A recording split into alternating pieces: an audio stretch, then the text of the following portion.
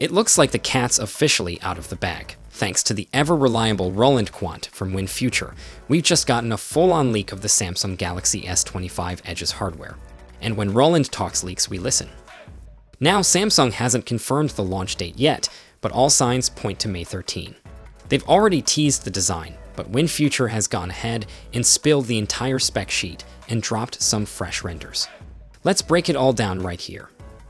At just 3,900 mAh, the S25 Edge is definitely rocking a smaller battery than expected. It's not a deal breaker, but it's worth noting, especially if you're a heavy user. This thing is powered by the Snapdragon 8 Elite for Galaxy, same chip as the other S25 models, paired with 12 GB of RAM and your choice of 256 or 512 GB storage. Basically, it's got flagship guts, just in a sleeker body. We're talking a 200 megapixel main camera, yep, same as the Ultra, paired with a 12 megapixel ultra-wide shooter. It's a bit of a letdown that Samsung didn't include the Ultra's fancy new 50 megapixel ultra-wide here. But hey, maybe next year. Here's where things get interesting. The S25 Edge is built with a titanium frame and comes with Gorilla Glass ceramic on the front, a first for Samsung. The back, Gorilla Glass Victus 2. And yes, it's still IP68 rated for dust and water resistance. This might be the real headline.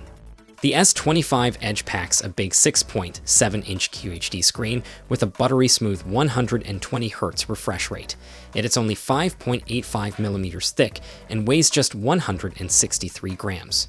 That's only 1 gram more than the smaller Galaxy S25 and almost 1.5mm thinner. Crazy, right? According to the leak, you'll get to choose from titanium silver, titanium jet black, and titanium icy blue. And if Samsung follows its usual playbook, we might see some exclusive colors pop up on the Samsung store later on. So yeah, the Galaxy S25 Edge is shaping up to be something a little different for Samsung, kind of like a light Ultra with premium features, but in a thinner, more compact package. And with Apple's rumored iPhone 17 Air on the horizon, it feels like the slim and premium trend is just heating up.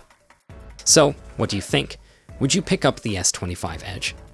Let us know in the comments. And as always, thanks for watching, and we'll catch you in the next one. Take care.